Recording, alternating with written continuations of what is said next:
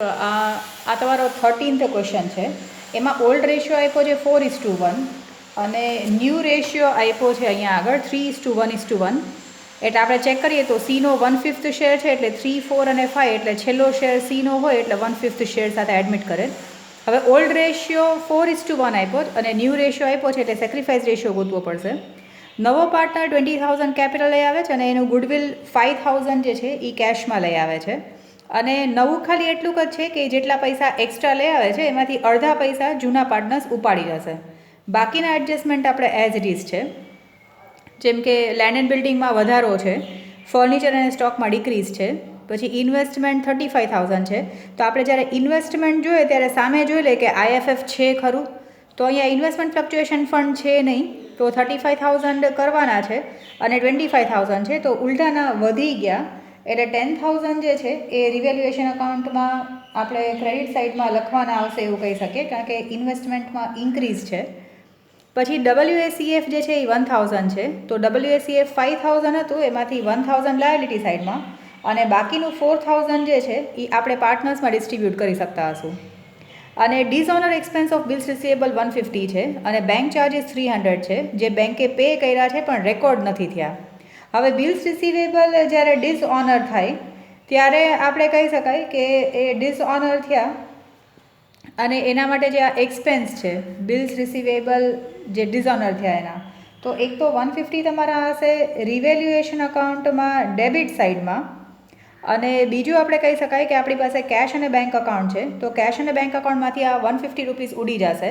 Similarly bank charges expense છે, એટલે રિવેલ્યુએશન અકાઉન્ટમાં ડેબિટ સાઇડમાં 300 અને કેશ અકાઉન્ટમાં પણ એટલા અમાઉન્ટ જે છે એ ઓછા થઈ જશે. એટલે આ એક નવું છે અને એક તમારું નવું જે છે એ આ ઇન્વેસ્ટમેન્ટવાળું છે. ઇન્વેસ્ટમેન્ટમાં ખાલી વધારો છે, એટલે બીજું કંઈ એટલું પ્રોબ્લેમ નથી. હવે આપણે જેમ સેન્ટેન્સ આપ્યા એમ સ્ટાર્ટ કરીએ. તો ફર્સ્ટ આપ્યું છે કે નવો પાર્ટનર 20,000 કેપિટલ લઈ આવે, તો કેશ અકાઉન્ટમાં ડેબિટ સાઇડમાં cash account debit to C's capital એ 20,000 લઈ આવે, તો આ એની પહેલી ઇફેક્ટ. અને બીજી ઇફેક્ટ પાર્ટનર્સ કરંટ અકાઉન્ટમાં આપણે કરશું. હવે ડાયજેસ્ટમાં એમાં જોશો તો એ લોકો શું કરે છે કે પાર્ટનર્સ કેપિટલ અકાઉન્ટમાં પરમનન્ટ ચેન્જીસ લખતા હોય, તો એ લોકો એને કેપિટલ અકાઉન્ટમાં રાખશે, જે કેપિટલ બેલેન્સ જે છે 20,000 એના માટે. તો હવે બેટર છે કે આપણે કેપિટલ અકાઉન્ટ પણ બનાવીને રાખીએ, તો આ કરંટ અકાઉન્ટમાં એની એન્ટ્રી નહીં આવે. જે પરમનન્ટ ચેન્જીસ જે છે એ પાર્ટનર્સ કેપિટલ અકાઉન્ટમાં જ લખવાનું આવશે. તો મેં પહેલાં નહોતું બનાવ્યું, પણ આમાં કેપિટલ અકાઉન્ટ એટલા માટે બનાવવું પડશે કારણ કે જે નવો પાર્ટનર પૈસા લઈ આવે છે એનું જે બેલેન્સ છે એ એઝ ઇટ ઇઝ જ લખવાનું આવશે. તો પાર્ટનર્સ કેપિટલ અકાઉન્ટમાં આપણે એની કેપિટલ લઈ આવે છે એની એન્ટ્રી કરશું અને બાકીના બધા એડજસ્ટમેન્ટ જે છે એ આપણે કરંટ અકાઉન્ટમાં કરશું. તો અહીંયા પાર્ટનર્સ કેપિટલ અકાઉન્ટ પણ આપણે બનાવી લઈએ અને નવો પાર્ટનર જે લઈ આવે છે એના માટે બાય કેશ અને સી જે છે એ 20,000 લઈ આવે, એટલે 20,000 એ સીના કોલમમાં, અને અહીંયા પણ આપણે લખ્યું હશે ટુ સીઝ કેપિટલ અકાઉન્ટ અને નોટ કરંટ અકાઉન્ટ, એટલે 20,000 પાર્ટનર્સ કેપિટલ અકાઉન્ટમાં ક્રેડિટ સાઇડમાં આપણે લખ્યું હશે પરમનન્ટ ચેન્જીસ માનીને. પછી તમને કીધું છે કે 1/5 શેર ઓફ પ્રોફિટ એનો શેર છે 1/5 અને 5,000 ગુડવિલ કેશમાં લઈ આવે છે.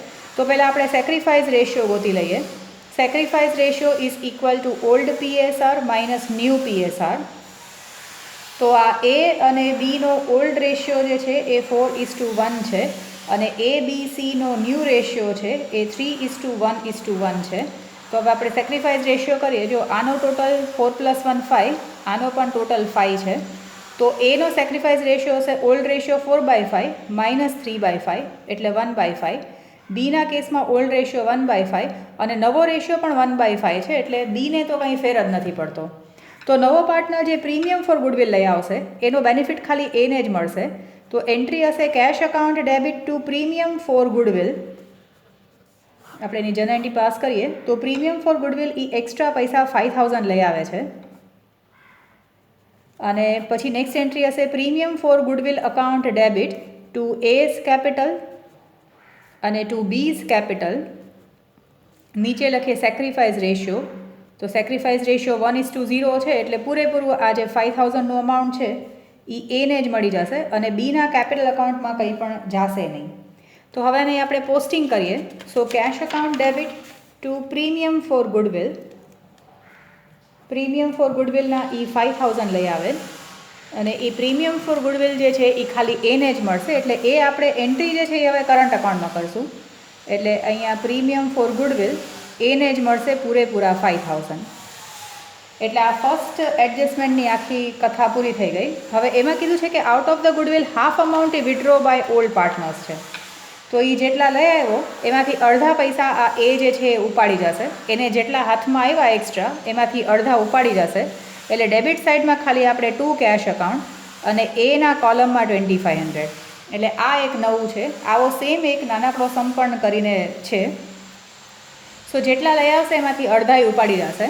અહીંયા ટુ કેશ લખીએ છીએ એટલે કેશ અકાઉન્ટમાં ક્રેડિટ સાઇડમાં લખવું પડશે અહીંયા બાય એઝ કરંટ અકાઉન્ટ, કારણ કે કરંટ અકાઉન્ટમાં આપણે એને વિડ્રોવલ બતાવતા હશું. એટલે કેશ અકાઉન્ટમાં ક્રેડિટ સાઇડમાં એઝ કરંટ અકાઉન્ટ એ ગુડવિલના 2500 લઈ જાય છે એની એન્ટ્રી છે. હવે સેકન્ડ એડજસ્ટમેન્ટ છે કે લેન્ડ એન્ડ બિલ્ડિંગની વેલ્યુ 10% ઇન્ક્રીઝ થઈ ગઈ. તો લેન્ડ એન્ડ બિલ્ડિંગ બેલેન્સ શીટમાં 35,000 આપેલું છે અને એમાં આપણે 10% ઇન્ક્રીઝ કરીએ 3500 એટલે એ થઈ જશે 38500. અને જે આ ઇન્ક્રીઝ છે એ રિવેલ્યુએશન અકાઉન્ટમાં ક્રેડિટ સાઇડમાં અહીંયા બાય લેન્ડ એન્ડ બિલ્ડિંગ 3500. પછી ફર્નિચર અને સ્ટોકની વેલ્યુમાં 5% ડિક્રીઝ છે. તો આપણે ફર્નિચર લખીએ પહેલાં બેલેન્સ શીટમાં. તો ફર્નિચર જે છે એ 30,000 છે અને એમાં 5% ડિક્રીઝ છે. તો 30,000માંથી આપણે આ 1500 માઇનસ કરશું તો 28500. અને આ ડિક્રીઝ થયા એટલે રિવેલ્યુએશન અકાઉન્ટમાં ડેબિટ સાઇડમાં અહીંયા ટુ ફર્નિચર જે 1500 રૂપિયાનું ડિક્રીઝ થયું એ. સિમિલરલી ફર્નિચરની જેમ જ સ્ટોકમાં પણ ડિક્રીઝ છે. તો સ્ટોકની વેલ્યુ બેલેન્સ શીટમાં 15,000 આપેલી છે અને 15,000માંથી આપણે એમાં તમને કીધું છે કે સ્ટોકની વેલ્યુ પણ અહીંયા 5% ડિક્રીઝ છે એટલે 750 એમાંથી જાય તો 14250 આવશે. અને આ 750 જે છે એ ડિક્રીઝ છે એટલે રિવેલ્યુએશન અકાઉન્ટમાં ડેબિટ સાઇડમાં ટુ સ્ટોક અહીંયા આગળ 750. પછી ઇન્વેસ્ટમેન્ટની વેલ્યુ 35,000 છે અને બુકમાં લખવાની છે.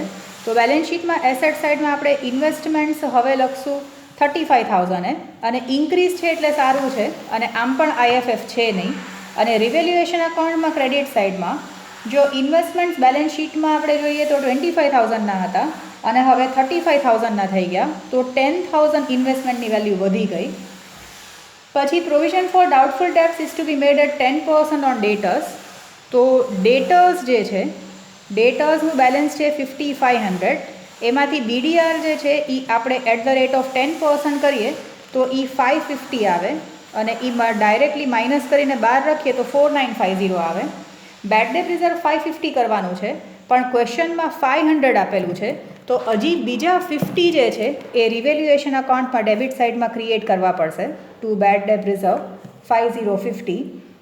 એના પછી વર્કર ક્લેમ 1000 એડમિટ થયું છે. સો વર્કર્સ એક્સિડન્ટ કમ્પન્સેશન ફંડ માટે ક્લેમ એડમિટ થયો. સો ક્લેમ ફોર WACF એ 1000 દેવાના થાય. બેલેન્સ શીટમાં જોશો તો WACF 5000 છે એમાંથી 1000 વયા જાય તો બાકીના જે રિમેનિંગ અમાઉન્ટ છે આ 5000માંથી 1000 જાય તો બાકીના 4000 છે એ ઓલ્ડ PSRમાં આપણે ડિસ્ટ્રીબ્યુટ કરીએ. તો ઓલ્ડ પ્રોફિટ શેરિંગ રેશિયો જે છે એ તમને 4:1 આપેલો છે. સો 4000 ઇન્ટુ 4/5 કરશું તો તમે કરીને જોજો એ 3200 આવશે અને આ બાકીનું જે છે એ 800 આવશે WACFનું. અને લાસ્ટ એડજસ્ટમેન્ટ નવું છે કે ડિસઓનર થયા બિલ્સ રિસીવેબલનું જે ડિસઓનર એક્સપેન્સ છે તો ડિસઓનર એક્સપેન્સ છે એટલા માટે રિવેલ્યુએશન અકાઉન્ટમાં debit side. Similarly bank charges પણ એક્સપેન્સ છે એટલે રિવેલ્યુએશન અકાઉન્ટમાં ડેબિટ સાઇડ. અને આ બેયને લીધે કેશ અને બેંક બેલેન્સ ઓછું થઈ જશે એટલે કેશ અકાઉન્ટમાં બાય બેંક આ ડિસઓનર એક્સપેન્સ 150 છે અને બાય બેંક ચાર્જીસ તો એટલું અમાઉન્ટ જે છે એ કેશમાંથી એટલું ઓછું થઈ જશે. એટલે એડજસ્ટમેન્ટ્સ જે છે એ બધાય પૂરા થઈ ગયા. હવે બાકીનું લખવાનું સ્ટાર્ટ કરીએ. તો કેપિટલ બેલેન્સીસ જે છે એ આપણે એઝ ઇટ ઇઝ અહીંયા પાર્ટનર્સ કેપિટલ અકાઉન્ટમાં બેલેન્સ લખી શકીએ. બાય બેલેન્સ બ્રોટ ફોરવર્ડ આ 75,000 અને 25,000. એના પછી કરંટ અકાઉન્ટમાં એ અને બીના બેલેન્સ લખીએ. તો કરંટ અકાઉન્ટમાં અહીંયા બાય બેલેન્સ બ્રોટ ફોરવર્ડ છે. તો એનું છે 8,000 અને બીનું છે 2,000. WACF લખાઈ ગયું. ક્રેડિટર્સમાં કંઈ ચેન્જીસ નથી. તો ક્રેડિટર્સ એઝ ઇટ ઇઝ 4,000 અને બિલ્સ પેએબલમાં પણ કંઈ ચેન્જીસ નથી. તો બિલ્સ પેએબલ પણ એઝ ઇટ ઇઝ બેલેન્સ શીટમાં લાયબિલિટી સાઇડમાં 1,000. એસેટ સાઇડમાં લેન્ડ એન્ડ બિલ્ડિંગ લખાઈ ગયું, ફર્નિચર લખાઈ ગયું, ઇન્વેસ્ટમેન્ટ લખાઈ ગયું, સ્ટોક લખાઈ ગયું, ડેટર્સ લખાઈ ગયું. બિલ્સ રિસીવેબલ લખવાનું બાકી છે. તો બિલ્સ રિસીવેબલ આવશે 2,000. કેશ એન્ડ બેંકનું ઓપનિંગ બેલેન્સ છે. તો બેલેન્સ બ્રોટ ફોરવર્ડ 3,000 અને જૂની ગુડવિલ આપી હોય બેલેન્સ શીટમાં તો પાર્ટનર્સ કેપિટલ અકાઉન્ટની બદલે પાર્ટનર્સ કરંટ અકાઉન્ટમાં આ old goodwill in old PSR આપણે કરીએ તો ઓલ્ડ PSR 4:1 છે. ગુડવિલની વેલ્યુ 5,000 છે અને આનો ટોટલ પણ 5 જ થાય છે. એટલે ડાયરેક્ટલી આપણે 4,000 અને 1,000 આમાં લખી શકશું. એટલે આ બધું પૂરું થાય પછી આપણે રિવેલ્યુએશન પ્રોફિટ કે લોસ ફાઇન્ડ આઉટ કરીએ. તો આમાં પણ આપણે જોઈએ તો આપણને ક્રેડિટ સાઇડનો ટોટલ જે છે એ વધારે દેખાય. તો આ 13,500 આ સાઇડનો ટોટલ હશે અને 13500માંથી આ 1,500 માઇનસ 750 પછી -50 -150 અને -300 કરીએ. સો રિવેલ્યુએશન પ્રોફિટ આવે છે 10750 જે જશે પાર્ટનર્સ કરંટ અકાઉન્ટમાં અને એ ને બીમાં ડિસ્ટ્રીબ્યુટ થશે ઓલ્ડ PSRમાં જે છે 4:1. સો ઇન્ટુ 4 ડિવાઇડેડ બાય 5 કરશું તો એકને આવશે 8600 અને બાકી આપણે -10750 કરીએ તો પણ બાકીના આવી જશે 2150. તો એ આપણે પાર્ટનર્સ કરંટ અકાઉન્ટમાં અહીંયા ક્રેડિટ સાઇડમાં લખીએ બાય રિવેલ્યુએશન અકાઉન્ટ અને આ RP. સો 8600 અને 2150. પછી હવે આપણે આનું બેલેન્સ ગોતશું. તો એ અને બીના કેસમાં જો અહીંયા સીમાં કંઈ પણ એન્ટ્રી આવી નથી એટલે કદાચ આપણે ન કર્યું હોત તો પણ ચાલત, પણ તો પણ આપણે કર્યું છે એટલે આપણને હેબિટ રહે. હવે આના કેપિટલ બેલેન્સીસમાં અહીંયાનો ક્રેડિટ સાઇડનો ટોટલ જ વધારે હશે. આ 8,000 plus 8600 plus 5,000 plus 3,200 minus debit સાઇડના 4,000 અને -2,500 કરીએ તો આનું જે કરંટ અકાઉન્ટનું બેલેન્સ છે એના કેસમાં એ આવે છે 18,300. બીના કેસમાં ક્રેડિટ સાઇડનો ટોટલ છે આ 2,000 પ્લસ 2,150 પ્લસ 800 એટલે 4,950 ટોટલ થાય છે. કારણ કે ગ્રેટર ટોટલ આપણે બે સાઈડ લખવાનો આવશે. અહીંયા આગળનો ટોટલ તમારો છે 24,800 અને આ 4,950માંથી આ ડેબિટ સાઇડમાંથી ખાલી 1,000 માઇનસ કરીએ તો આ આવે છે 3,950. પછી મોટો ટોટલ બે સાઈડ લખવો જોઈએ 24,800 અને 4,950. સીમાં કંઈ છે નહીં. આ કરંટ અકાઉન્ટના બેલેન્સ જે છે એ બેલેન્સ શીટમાં લાયબિલિટી સાઇડમાં થોડી જગ્યા છોડીને લખીએ. એટલે કરંટ અકાઉન્ટ એ અને બીના છે એ 18,300 અને 3,950. કેપિટલ અકાઉન્ટના બેલેન્સીસ જે છે આ ABCના એને આપણે ક્લોઝ કરીને લખશું કારણ કે એમાં કંઈ ચેન્જીસ નથી અને આ પરમનન્ટ કેપિટલ છે. તો જેમ કે બેલેન્સ કેરીડ ફોરવર્ડ હશે સો આ 75,000 25,000 અને 20,000. પછી બે સાઈડમાં ટોટલ કરી અને તમારે લખવું પડશે મોટો ટોટલ બે સાઈડમાં. પછી કેપિટલ અકાઉન્ટના બેલેન્સીસ અહીંયા આપણે લખી નાખીએ તો એ 75,000 25,000 અને 20,000 છે અને સૌથી લાસ્ટમાં આપણે આ કેશ એન્ડ બેંક અકાઉન્ટ બંધ કરીને જોઈ લઈએ કે કેટલું બેલેન્સ છે. તો અહીંયા ડેબિટ સાઇડનું ટોટલ આ 3,000 પ્લસ 20,000 પ્લસ 5,000 એટલે ડેબિટ સાઇડનો ટોટલ 28,000 છે અને 28,000માંથી આપણે -2,500 -150 -300 કરીએ તો બેલેન્સ જે છે કેશ બેલેન્સ આ બેલેન્સ કેરીડ ફોરવર્ડ જે છે એ 2,5050 આવે છે અને ગ્રેટર ટોટલ બે સાઈડ. અને પછી આ કેશ બેલેન્સ જે છે આ કેશ અને બેંક બેલેન્સ છે એ એસેટ સાઇડમાં લખીએ 2,5050 અને પછી તમે કરીને જોજો કે તમારે બેલેન્સ શીટ ટોટલ સેમ આવે છે કે નહીં. બેલેન્સ શીટ ટોટલ કરીને જ જોઈ લઈએ. અહીંયા 75,000 25,000 20,000 18,300 3,950 1,000 4,000 અને 1,000. સો 148,250. સિમિલરલી ક્રેડિટ સાઇડનો પણ ચેક કરી લેજો.